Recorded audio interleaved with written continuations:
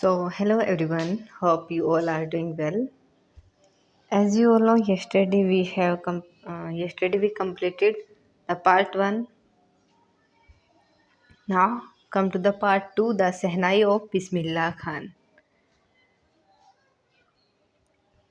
There are some images of some musician. As this is the chapter, the sound of music. Emperor. Let's start with the chapter.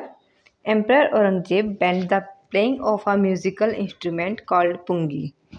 जो emperor Aurangzeb थे उन्होंने एक musical instrument था जिसका नाम था पुंगी, उसको बजाना बंद करा दिया, उसको प्ले करवाना बिल्कुल बंद करा दिया। In the royal residence for it had a still unpleasant sound because उन्होंने कहाँ बंद कराया इसको, रॉयल रेजिडेंस में, जो उनका राजघराना था उसमें उसको बंद करा दिया बिकॉज इसकी अनप्लीजेंट साउंड की वजह से। Pungi became the generic name for reed noise makers. और जो पुंगी अब क्या बन गई थी, एक जेनरिक नेम बन गई थी उन चीज़ों का जो कि नॉइस मेकर्स थे। Few had thought that it would one day B revived. और कुछ लोगों का ये मानना था कि एक दिन ये रिवाइव कर जाएगी, मीन्स वापस से अपनी पोजीशन को गेन कर लेगी। A barber of a family of professional musicians who had access to the royal palace decided to improve the tonal quality of the pungi. एक बार्बर जो कि प्रोफेशनल म्यूजिशियन की फैमिली से बिलोंग करता था और उसके कुछ एक्सेस थे रॉयल फैमिलीज़ में, उसने डिसाइड किया जो पुंगी की क्वालिटी है, टोनल क्वालिटी है, उसको इम्प्रूव करने का। He choose a pipe with the natural hollow stem that was longer and border than the pungi. अब उसने पाइप लिया जो कि जो पुंगी का था, जो पहले पुंगी होती थी उससे थोड़ा लंबा भी था और बॉर्डर भी था। And made 7 holes on the body of the pipe, और उसने उस पाइप की बॉडी पर 7 होल्स बनाए। When he played on it, choosing closing and opening some of the hole, soft and melodious sound were produced. और जब उसने उसके कुछ होल्स को बंद करते और ओपन करते एक साउंड को प्रोड्यूस करने की कोशिश की, वहाँ से जो थ्रू एयर उसने एक साउंड को प्रोड्यूस की, तो बहुत मेलोडियस साउंड थी, मीन्स बहुत ही अच्छी लगने वाली। He played the instrument before royalty and everyone was impressed. और उसने उसको इंस्ट्रूमेंट को, रॉयल्टी मीन्स राज के जितने भी औरंगजेब के टाइम पीरियड में जो भी लोग थे उसके दरबार में, उन सब के सामने उसको प्ले किया और एवरीवन वाज इम्प्रेस्ड, मीन्स सब उससे बहुत खुश हुए। The instrument so different from the pungi had to be given a new name. जो इंस्ट्रूमेंट था ये पुंगी से बहुत डिफरेंट था, so it have to be given the new name. अब कोई न्यू चीज़ आई है तो उसको न्यू नेम भी तो मिलेगा। As the story goes, since it was first played in the Shah's chamber and was played by a Nai barber, the instrument was named the Sehnai. As Aurangzeb belongs to the Shah family, तो उसके chamber में उसको first time perform किया गया, first time उसको play किया गया। और एक नाई बार्बर है जिसको हम रीजनली जो हमारी लोकल लैंग्वेज है उसमें नाई बोलते हैं, तो उसने उसको तो जो इंस्ट्रूमेंट था उसको उन दोनों के नाम को इंक्लूड करके नाम दिया गया सहनाई। You can see the difference between pungi and shehnai. The sound of the Sehnai began to considered auspicious, and for this reason it is still played in temples and in an indispensable component of any North Indian wedding. और जो सहनाई की sound थे उसको auspicious माना जाने लगा, means शुभ माना जाने लगा। तो वो कहाँ प्ले होती थी, टेम्पल्स में, और कोई भी नॉर्थ इंडियन वेडिंग होती थी उन सब में सहनाई बजती थी। In the past, the Sehnai was part of Nobat and traditional ensemble of 9 instruments found at royal courts. और उसके बाद जो ये सहनाई है वो किसका, नौबत का पार्ट बन गया, जो ट्रेडिशनल इंस्ट्रूमेंट्स थे रॉयल कोर्ट के उनका वो पार्ट बन गई। Till recently it was use only in temples and weddings. The credit for bringing this instrument on to the classical stage goes to Ustad Bismillah Khan. अब उसके बाद रिसेंटली मीन्स अब तक ये कहाँ प्ले हो रही थी, सिर्फ पहले तो ये रॉयल कोर्ट में थी, उसके बाद ये सिर्फ टेम्पल्स में और शादियों में ही रहने लगी। बट इसको क्रेडिट जाता है किसको, क्लासिकल म्यूजिक में कौन लेकर आया, that was Ustad Bismillah Khan. As a 5-year-old, Bismillah Khan played gilli danda near a pond in the ancient state of Durma in Bihar. He would regularly go to nearby Bihariji temple to sing the Bhojpuri chaita, at the end of which he would earn a big laddu weighing 1.25 kg, a prize given by the local Maharaja. अब जो कि 5 साल का एक लड़का था बिस्मिल्लाह खान, जो कि गिल्ली डंडा खेल रहा था, उसने गिल्ली डंडा खेला था और रेगुलरली कहा जाता था जो बिहार में एक टेम्पल है बिहारी जी, वहाँ एक सिंग करने के लिए जो भोजपुरी चियाता है उसको सिंग करने के लिए वहाँ डेली जाता था और उसको लास्ट में क्या मिलता था वहाँ से 1.25 kg का एक लड्डू, जो कि वहाँ के लोकल महाराजा से दिया जाता था। This happened 80 years ago and the little boy has traveled far to earn the highest civilian award in India, the Bharat Ratna। और ये जब ये स्टोरी लिखी जा रही है उससे 80 साल पहले की बात है और ये एक जर्नी है उस पर्सन की जिसने कि वहाँ से अपनी जर्नी स्टार्ट की थी और भारत रत्न तक अपनी जर्नी को फिनिश किया। Born on 21st March 1916, Bismillah belongs to a well-known family of musicians from Bihar। उनका बर्थ कब हुआ था, 21 March 1916। At that time we वर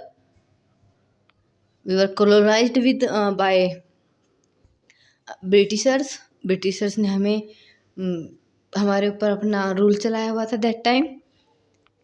और वो किस फैमिली से बिलोंग करते, एक म्यूजिशियन फैमिली थी जो कि बिहार से बिलोंग करती थी। His grandfather Rasul Bus Khan was the Sehnai Nawab of the Bhojpur's king court। His father Pigambar Bux and other paternal ancestors were also great Sehnai players।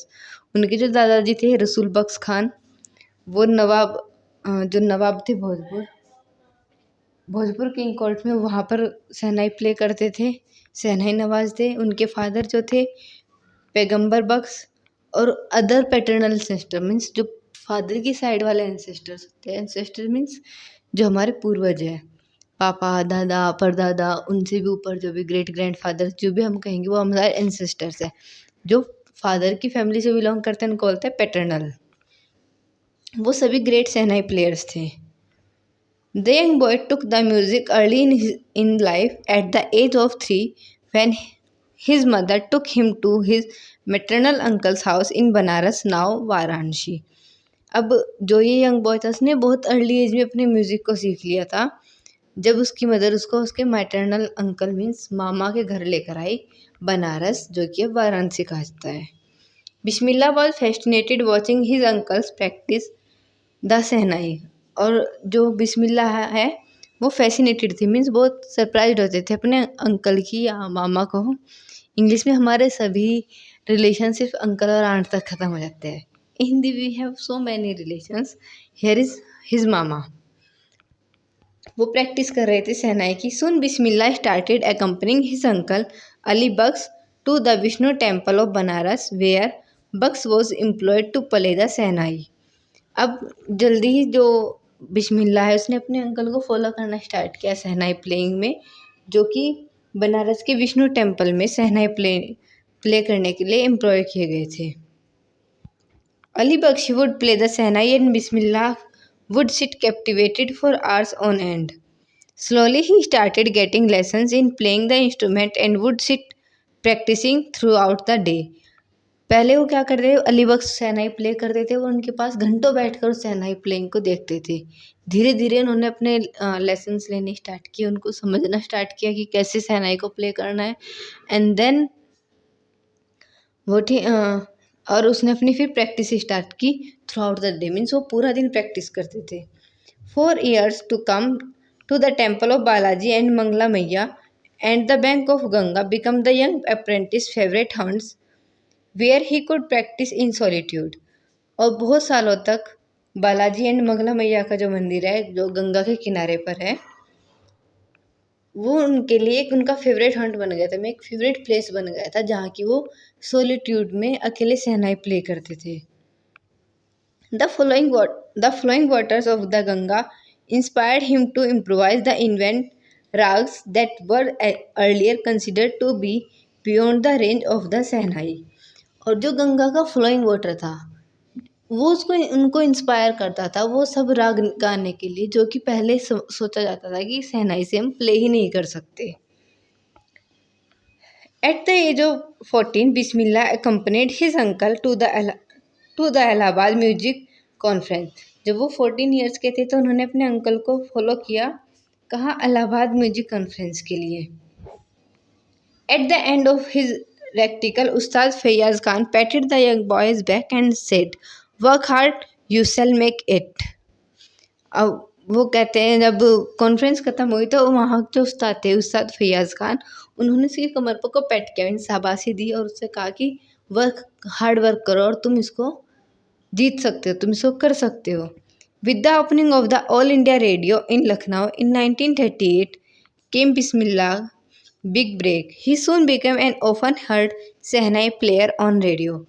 अब उनके लिए एक बिग ब्रेक थ्रू थी। Breakthrough means उनके लिए एक बहुत बड़ा अपॉर्चुनिटी थी अपने करियर को, अपने आप को सक्सेसफुल बनाने की, जब ऑल इंडिया रेडियो स्टार्ट हुआ 1938 में। और धीरे धीरे वो जल्दी ही एक ओफन शहनाई प्लेयर म्यूजिशियन बन गए थे, जो कि रेडियो पर सुने जाते थे। When India gained independence on 15th August 1947, Bismillah Khan became the first Indian to greet the nation with his शहनाई। जब 15th of August 1947 को हमने इंडिपेंडेंस ली, we got freedom from British rule, तो वो फर्स्ट इंडियन म्यूजिशियन थे जिन्होंने अपने शहनाई से इंडिया को ग्रीट किया था। He poured his heart out into Rag Kafi from the Red Fort to an audience which included Pandit Jawaharlal Nehru, who later given his famous Trust with Destiny speech। अब उनकी जो melodious sound थी उसकी शहनाई की, उसमें उन्होंने अपने heart से राग काफ़ी को प्रोड्यूस किया फ्रॉम द रेड फोर्ट पर ही आज भी हम 15 अगस्त की जो हमारा स्पीच होता है, हम फ्लैग होस्टिंग करते हैं, वो रेड फोर्ट पर ही होती है। टिल देन टू नाउ हम अभी भी रेड फोर्ट पर ही अपनी फ्लैग होस्टिंग करते हैं। और उसके बाद जो सभी ऑडियंस ने उसको बहुत ध्यान सुना रहा काफ़ी को, उसमें जो इंक्लूड थे पंडित जवाहरलाल नेहरू और first prime minister, and after that he given his famous speech tryst with destiny. Bismillah Khan has given many memorable performance both in India and abroad. Bismillah Khan ने बहुत सारी मेमोरेबल परफॉर्मेंस दी है, not in India only but also in other countries. His first trip abroad was to Afghanistan, where King Jahir Sahab was so taken in by the maestro that he gifted him priceless Persian carpet and other sovereigns। उनकी जो first performance थी other out of India वो अफ़गानिस्तान में थी, जहाँ वहाँ के king Zaheer Shah ने उनको बहुत सारी चीज़ें गिफ्ट की और एक प्राइसलेस पर्शियन कारपेट, उसके साथ और भी बहुत सारी मोमेंटोज उनको दिए।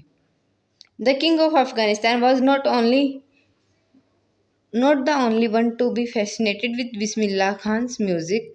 Film director Vijay Bhatt was so impressed after hearing Bismillah play at the festival that he named a film after the instrument called Goonj Uthi शहनाई। अफ़गानिस्तान के किंग ही नहीं केवल ऐसे थे कि जो उनकी म्यूज़िक से फैसिनेटेड थे, मीन्स उससे अट्रैक्टेड थे। Also film director Vijay Bhatt वो भी बहुत ज़्यादा इम्प्रेस्ड थे, उन्होंने बिस्मिल्लाह खान की शहनाई को सुनने के बाद एक फिल्म बनाई, the name of that is Goonj Uthi Shehnai. The film was a hit and one of the Bismillah Khan's composition Dil Ka खिलौना है टूट गया turned out to be a national wide chart buster. और वो फिल्म बहुत हिट थी और उसमें जो बिस्मिल्लाह खान की कंपोजिशन थी दिल का खिलौना है टूट गया, वो पूरे वर्ल्ड में इंडिया में बहुत फेमस हो गया। Despite this huge success in the colloquial world, Bismillah Khan ventures in film music were limited to two. इतनी सारी सक्सेस के बाद, इतनी सबसे नोन होने के बाद भी उनकी सिर्फ फिल्म में दो ही कंट्रीब्यूशन है, that for Vikram Bhagat Goonj Uthi Shehnai and Vikram Srinivasan Kannada venture Sanadhi Appanna. I just cannot come to terms with the artificially and glamour of the film world, he says with emphasis. वो कहते हैं कि मुझे ये जो आर्टिफिशियलिटी है फिल्म की वो उनको पसंद नहीं आई, तो उन्होंने जो आर्टिफिशियलिटी है और ग्लैमर है वो उनके टर्म्स के अकॉर्डिंग नहीं था, सो उन्होंने उसको चूज़ ही नहीं किया. Awards and recognition came thick and fast. Bismillah Khan became the first Indian to be invited to perform at the prestigious Lincoln Center Hall in the United States of America. अब धीरे धीरे उनके अवार्ड से रिकॉग्नाइजेशन से बहुत धीरे नहीं, बहुत तेज़ी से स्प्रेड हो रहा था. और बिस्मिल्लाह खान फर्स्ट इंडियन थे जिनको कि लिंकन सेंट्रल हॉल में इनवाइट किया गया. He also took part in the world exposition in Montreal and in the cans art festival and in the Osaka trade fair. और उन्होंने उसके अपोर्ट भी कई सारे जो इवेंट्स हैं उन सब में पार्टिसिपेट किया. That is given here. So well known did he become internationally that an auditorium in Tehran was named after him. तहर मौस्क्यू उस्ताद बिस्मिल्लाह खान. और इंटरनेशनली फेमस होने के बाद तेहरान में उनके नाम पर एक ऑडिटोरियम बना, दैट इज़ तहर मौस्क्यू उस्ताद Bismillah Khan. National awards like Padma Shri, the Padma Bhushan and Padma Vibhushan were conferred on him. और जो नेशनल अवार्ड्स हैं उनके पद्म श्री, पद्म भूषण, पद्म विभूषण वो सब उनको दिए गए. In 2001 Ustad Bismillah Khan was awarded India's highest civilian award the Bharat Ratna. और 2001 में जो इंडिया का हाईएस्ट सिविलियन अवार्ड है, मीन्स जो भारतीयों को दिए जाने वाला सर्वश्रेष्ठ अवार्ड है, वो उनको दिया गया. With the coveted award resting on his chest and his eyes glinting with rare happiness, he said, "All I would like to say is teach your children music. This is Hindustan's richest tradition. Even the West is now coming to learn our music." और इस award को लेने के बाद उन्होंने सिर्फ एक ही बात बोली कि अपने बच्चों को म्यूजिक सिखाओ. और ये हिंदुस्तान का सबसे रिचेस्ट मीन्स सबसे अमीर ट्रेडिशन है. और अब जो दूसरी कंट्रीज़ है, वेस्ट मीन्स पश्चिम के जितने भी देश है वो भी हमारा म्यूजिक सीखने आ रहे हैं. In spite of having travel all over the world, Khan Sahab as he is fondly called is excitingly fond of Banaras and Dumraon and they remain for him the most wonderful towns of the world. Inspire means बहुत सारी जगह all over the world वो घूमे हैं, उसके बावजूद भी उनके लिए जो उनका सबसे ज़्यादा पसंदीदा सिटीज़ थी या जगह थी वो थी बनारस और दुरमौन. एंड उनके लिए सबसे जो वर्ल्ड की सबसे वंडरफुल टाउन्स उनके लिए थे ये. As he is called Khan Sahab, उनको शॉर्टली खान साहब बोला जाता था. A student of his once wanted him to head a Sehnai school in the USA, and the student promised to recreate the atmosphere of Banaras by reflecting the temples here. But Khan Sahib asked him if he would be able to transport river Ganga as well. अब USA में ही उनके एक student है, वो उनको कहता है कि वो वहाँ आकर उनके स्कूल को हेड करे, सहनाई स्कूल को हेड करे, और उनको प्रॉमिस करता है कि वो बनारस का जितना भी एटमॉस्फेयर है, वही टेम्पल्स, वो सब कुछ वो उनको रिक्रिएट करके देगा. तो खान साहब का या बिस्मिल्लाह खान का उनको क्या क्वेश्चन था, क्या तुम गंगा को भी यहाँ ट्रांसपोर्ट कर सकते हो. Later he is remembered to have said, "That's why whenever I am in foreign country, I keep yearning to see Hindustan." वो कहते हैं कि जब भी मैं किसी फॉरेन कंट्री में होता था तो मैं हमेशा ही अपने माइंड में आता था कि मुझे अपने जो जो यादें थी उनकी हिंदुस्तान की, वो उनके माइंड में हमेशा रहती थी. While in Mumbai, I think of only Banaras and the Holy Ganga, and while in Banaras, I miss the unique मठा ऑफ दुर्मोन. और कहते हैं कि जब मैं मुंबई में होता था तो मैं बनारस को और गंगा को मिस करता था, एंड जब मैं बनारस में होता था तो मैं जो वहाँ की यूनिक मठ, दुर्मोन के यूनिक मठ्स हैं, वो उनको मिस करते थे. Ustad Bismillah Khan's life is a perfect example of the rich cultural heritage of India, one that effortlessly accepts that a devout Muslim like him can very naturally play the Sahnai every morning at the Kasi Vishwanath temple. उस्ताद बिस्मिल्लाह के खान एक perfect example है इस चीज़ का कि India का cultural heritage कितना rich है. यहाँ कल्चरली कितने रिच लोग हैं कि एक मुस्लिम डिवोटेड मुस्लिम होने के बावजूद भी वो काशी विश्वनाथ टेम्पल में एवरी मॉर्निंग सहनाई प्ले करते थे. Ustad Bismillah Khan passed away on 21 August 2006 at the age of 90 after a prolonged illness. उनकी डेथ 21 अगस्त 2006 में हुई, एक बहुत लंबी बीमारी के बाद. प्रोलॉन्ग्ड मीन्स लंबा चलने वाली इलनेस, बीमारी. He was given a state funeral and the government of India declared one day of national mourning. और उनको एक स्टेट फर्नल दिया गया, और जो गवर्नमेंट ऑफ इंडिया है उस दिन उन्होंने एक नेशनल मॉर्निंग मीन्स एक शोक दिन घोषित किया था. और उस दिन को जब हम कोई शोक दिन बनाते हैं तो हम उस दिन को ऐसे छुट्टी डिक्लेयर करते हैं, मीन्स सभी ऑफिशियल वर्क हम बंद कर देते हैं. With that we had finished the chapter. I hope you understand one thing कि अब हमारी कंट्री में जैसा भी है, बट बिफोर दैट इतना इजी था कि सब, ना कोई हिंदू मुस्लिम वाला भेदभाव था. We can go temples, everyone can do whatever he want, but now we are struck within religions.